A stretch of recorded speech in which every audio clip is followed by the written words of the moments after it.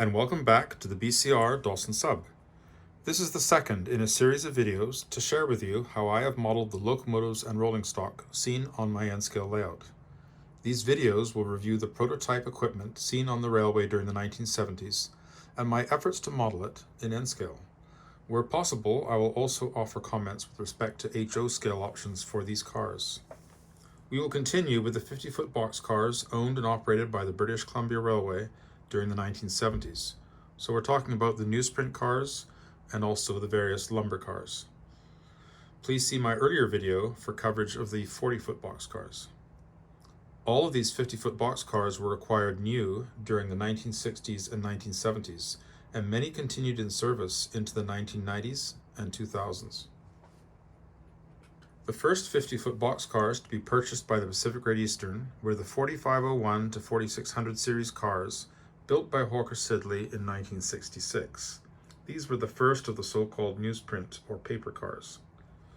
They had several distinct design features, including 14-panel riveted sides and diagonal panel roofs. The ends were NSC3, and the doors were the 9-foot internal post plug type. These were the first cars on the railway to lack running boards on top. The requirement for those was removed just around the time these cars were being built. During the 1970s, they could be seen in various schemes, including the original and revised map logograms and the BCR Dogwood logogram. These cars were used primarily in pulp and paper service during the 1970s and would have been shipping product from the online pulp mills. I'm not aware of a way to model these cars accurately in either scale at present. The 14-panel sides are somewhat unique and represent a challenge, as most 50-foot boxcars had 12 panels on each side. In N-scale, the Microtrain's 50-foot PS1 plug door boxcar is an approximate representation with the correct doors and ends, but the sides and roof are incorrect. The running board must be removed and the holes filled. My two cars seen here are models which I painted and lettered years ago, and they are using the Microtrain's 50-foot PS1 boxcar with plug door. The next series of paper cars came from National Steel Car in 1967. Numbered PGE 4601 to 4642, they had 12-panel riveted sides, NSC3 ends and roof, and 9-foot interior post plug doors. The low brake wheel and ladders were now standard on all freight car production, as were galvanized roofs. These cars could be seen in the original map logogram or BCR Dogwood logogram scheme. They also served the online pulp mills. Trueline Trains issued a beautiful ready-to-run model of these cars some years ago in N-scale, and it was offered in the PGE map and BCR Dogwood schemes, and also the later dark green scheme. My two cars are pictured here after receiving some weathering. These cars were also produced in HO scale under the Proto 1000 series by Lifelike. The third series of paper cars arrived from National Steel Car in 1969. They were identical to the previous series except for the change to an external post plug door.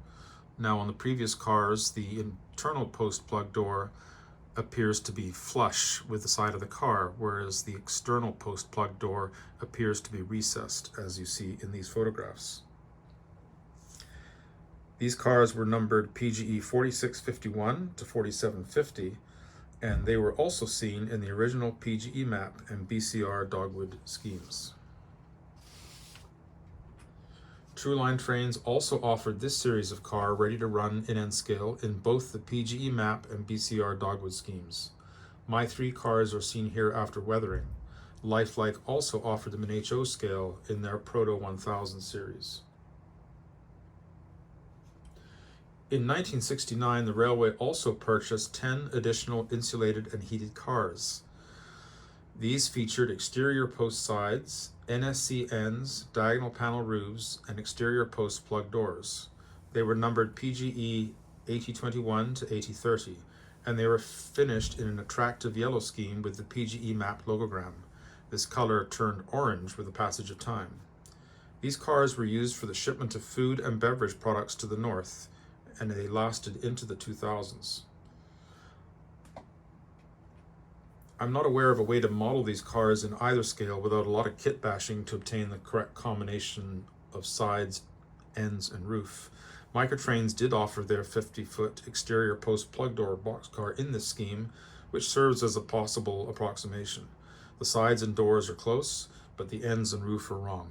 They did do a very nice job with the lettering on this car, and the color is fairly good. We now come to the combination door boxcars, of which there were 6 series delivered in 1971, 1972, and 1973, for a grand total of 1,785 cars. They were by far the most numerous boxcars on the railway. Their construction featured welded sides, NSC3 ends and roof, and pairs of 8-foot sliding and 6-foot plug doors on either side. These were used for the shipment of lumber, veneer, and pulp, and served in their original form until the early 1990s, when many were rebuilt into 80-ton or 100-ton cars for exclusive pulp service. The first batch of 1971 cars were for general service, and they were numbered PGE 5100 to 5399.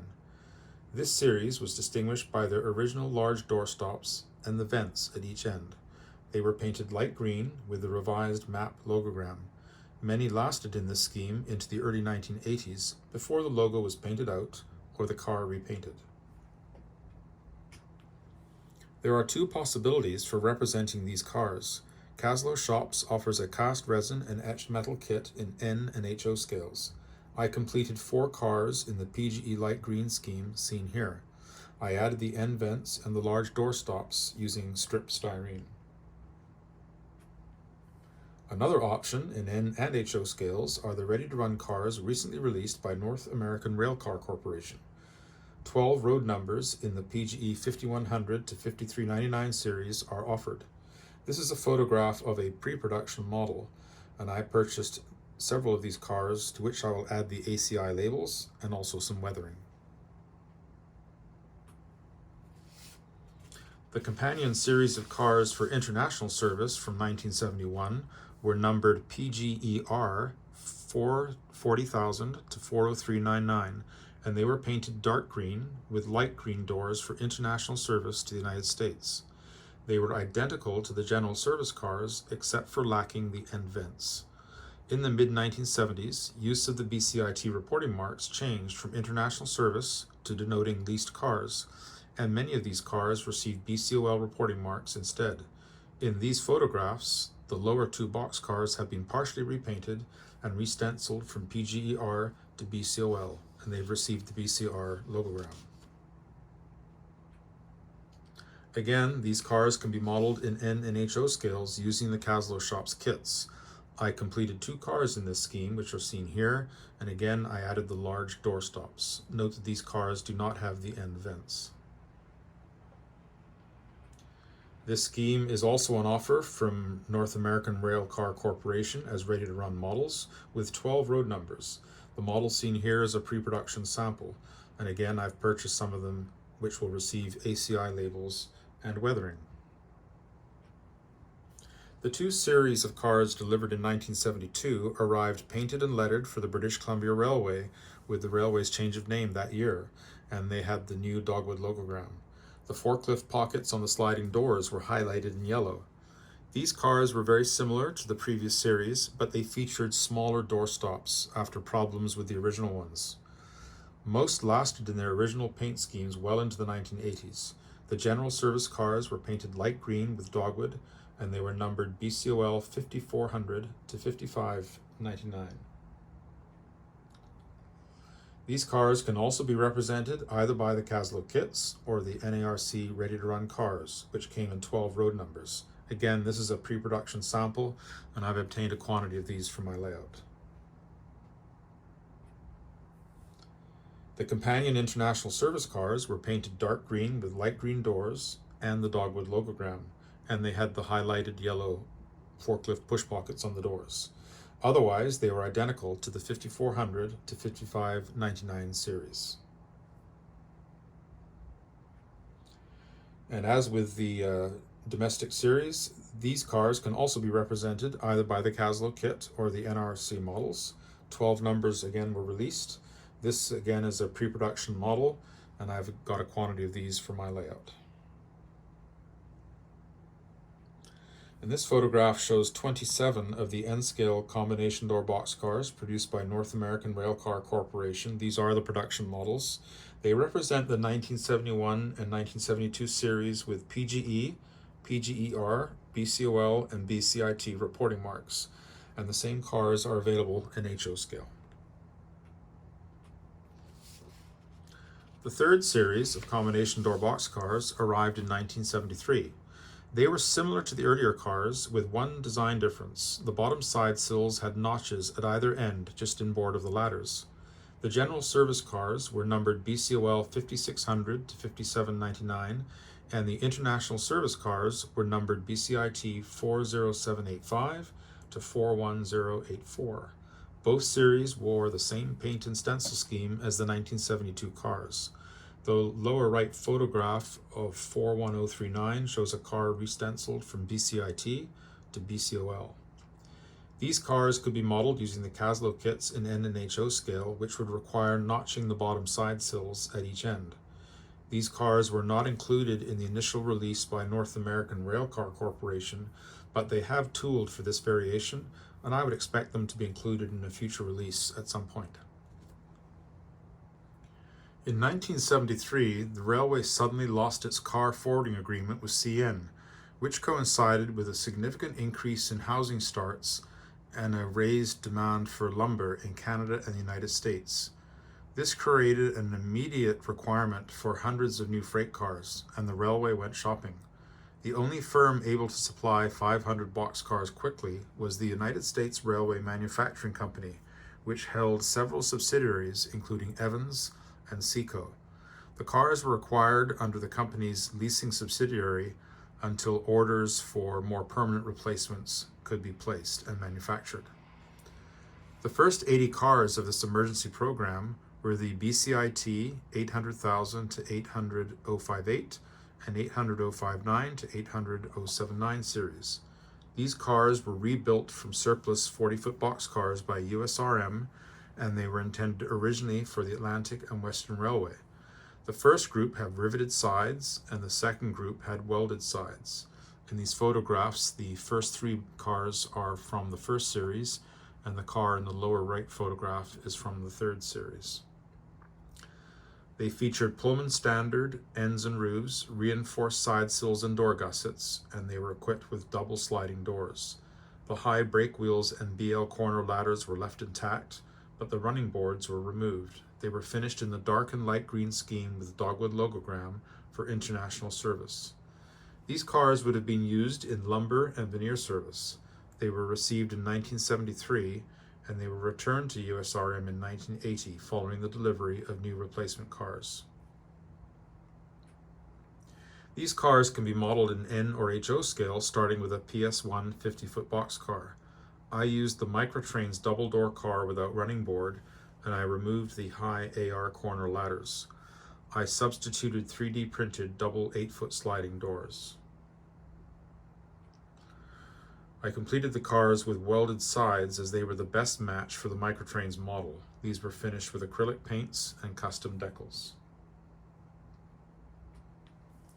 The next 20 cars in this program came from Southern Iron and Equipment Company, a subsidiary of USRM, and they were all-door cars numbered BCIT 800-100 to 800-119. They were painted dark green, and the railway added the dogwood logograms upon delivery. They differed from the more common Thrall all-door car in having different ends and roofs. They were used for international lumber service, and they were returned in 1979. Red Caboose offered their N-scale Thrall all-door car ready to run in this scheme with 6 road numbers. Again, the ends and roof are incorrect, but they are a decent approximation. My 2 cars are seen here. There are also models in HO scale which can be modified to represent these cars. Walthers offered their Thrall all-door boxcar in HO scale decorated for the British Columbia Railway. The remaining 400 cars arrived in 1974, and they were double plug-door insulated boxcars built by Evans, a subsidiary of USRM. They were numbered in the BCIT 800-200 to 800-349 and 800-400 to 800-649 series, and they were painted dark green with light green door and dogwood logogram. They were used for international service in lumber, and they were returned in 1980. However, some continue to operate on the railway, re-stenciled for USEX or repainted for mountain pine lumber. So on this page, the top two cars are from the first series, and the lower two photographs are from the second series. Atlas has offered this car in numerous releases with several road numbers in N, HO, and O scale, and they've even recently offered it as their first model in Z scale. I purchased 6 cars from my layout, and I fitted them with extra weight and some weathering. To date, the numbers offered by Atlas are all from the second series of these cars, and I have written to them to ask if they could give us some road numbers in the first series with future releases. More boxcars were urgently needed, and in 1975, the railway received 500 cars from Pacific Car and Foundry in Renton, Washington. They had exterior post sides, improved dreadnought ends, a flat roof with ribs and stiffeners, and double sliding doors. They were painted all dark green with no logogram, and they were used in lumber service. These were successful cars, and they lasted into the 2000s in their original scheme.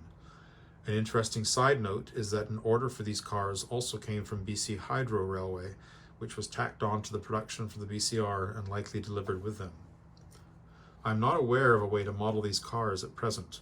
Wheels of Time offers the double plug door variant of this car in N scale, and I've yet to see if a conversion to sliding doors might be possible. I am modeling 1977, so I've not attempted to represent the various series of boxcars delivered later. However, I will cover the remaining cars delivered in 1979 and 1980 for you to complete the decade.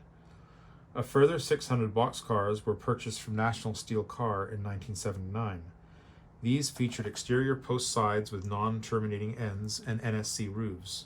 They had double sliding doors with triangular posts on either side.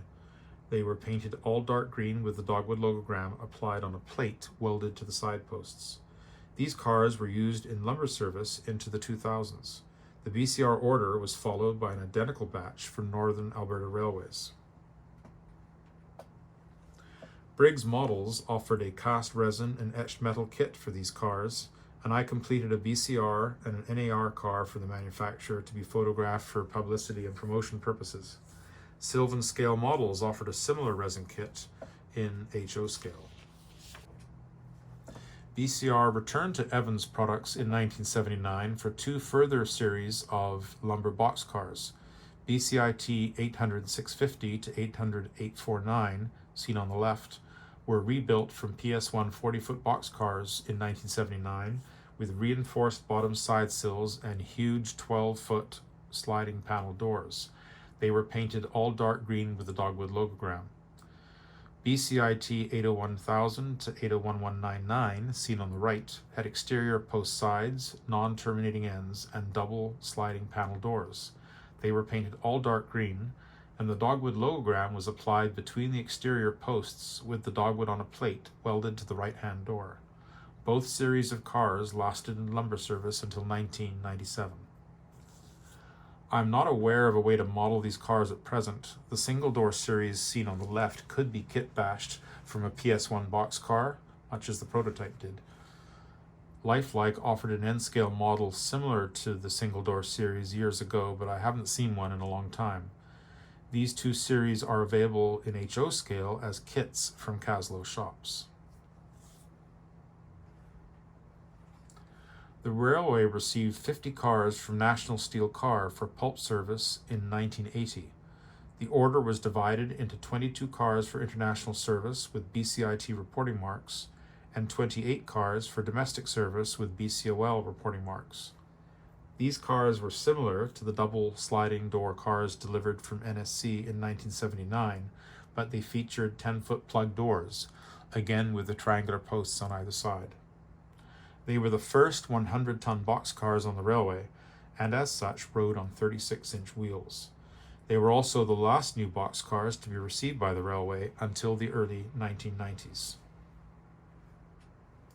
This car was released a few years ago by Atlas in N and HO scales, and several road numbers were offered. My friend Nolan Stewart provided a photograph of his N-scale model, which has had the Atlas couplers replaced with ones for microtrains. In the interest of creating a boxcar fleet for our layout with proportional representation as per the prototype, it is interesting to look at a breakdown of the railway's 50-foot boxcar fleet during 1977 and again in 1980.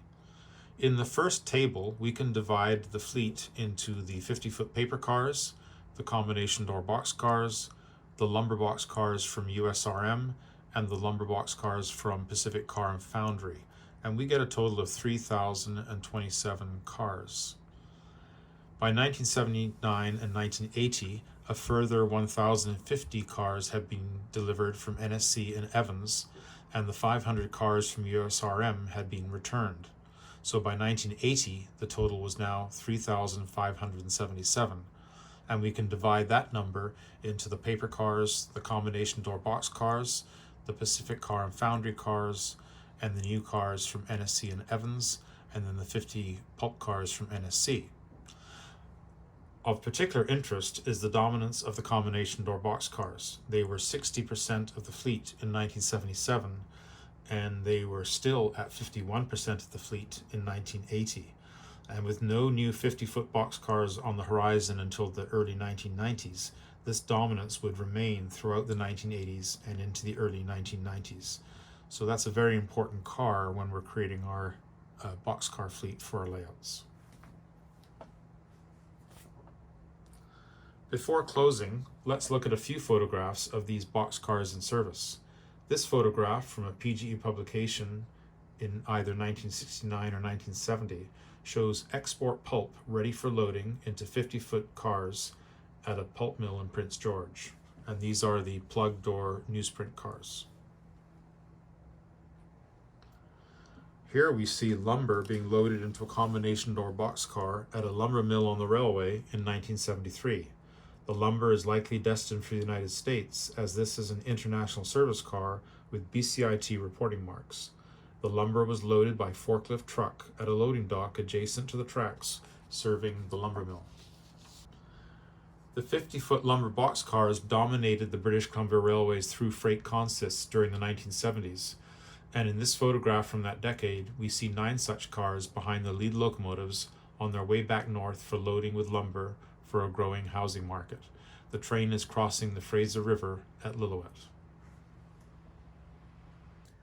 Here is some additional information on some options in HO scale which came to light as I was assembling this video.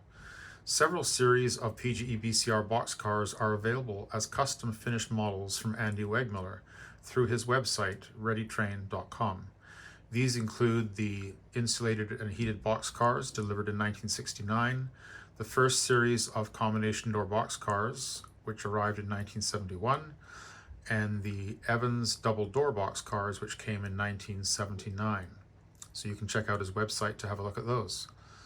The various series of combination door boxcars on offer from North American Railcar Corporation, I should mention that those are available to order online from Pacific Western Rail Systems at their website. And in addition to the Walthers HO scale Thrall all-door car model which I mentioned earlier, there was a similar model released by Lifelike under their Proto 1000 brand, and this can also be used as a starting point for the BCIT all-door cars. If you are aware of any other boxcar models which can be used in any scale, please feel free to mention them in the comment section below. I would like to thank HO scale BCR modelers Laszlo Dora, Shane Mitchell, and Trevor Sokolan, who kindly provided some of the information on available models in their scale for this presentation. I would also like to acknowledge the individuals who kindly provided prototype photographs for inclusion in this presentation. They include Roger Burrows, Fred Clark, Bill Edgar, Greg Kennelly, Don McQueen, Earl Minnis, Ross Pugsley, Ron Tuff, and Richard Yaremko. I also wish to acknowledge the individuals who assisted with my rolling stock projects that are depicted in this video update. That includes Jeff Briggs for painting and weathering, and also Philippe White for custom decal artwork. Thank you for watching, and I hope to be back with another video on modeling the railway's equipment in the near future. Until then, Peace be with you.